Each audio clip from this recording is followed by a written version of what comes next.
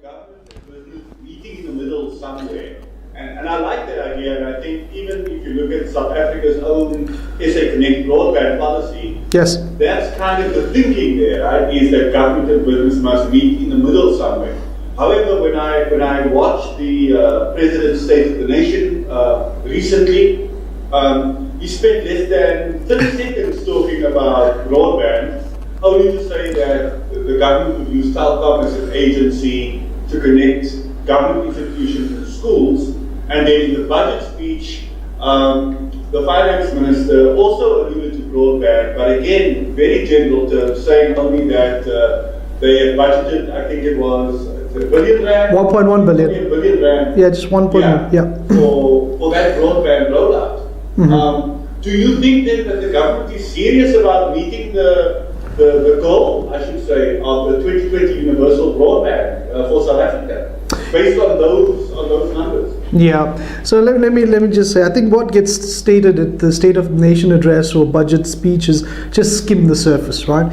You really got to spend time with government in some of the more detailed workshops they have, and we have at Cisco.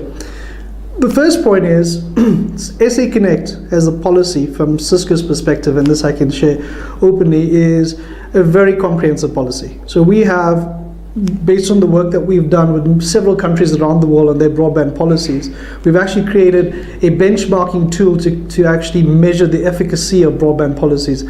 And we did quite a detailed analysis on SA Connect, and it actually is a comprehensive policy.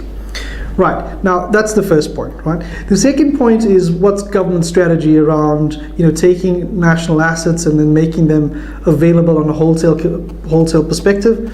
Those sort of things is where government is really trying to say is, let's use what we have. Therefore, to say that is 1.1 billion rand enough, it's hard to say, and I wouldn't want to make that statement that it is enough, but I think the position from government is that there is quite a lot of infrastructure.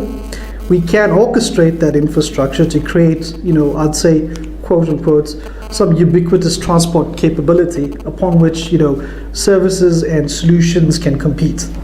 So, let me answer your question then. Is it enough? I think the proof is always being the pudding is around how do you implement this, well-lauded policy.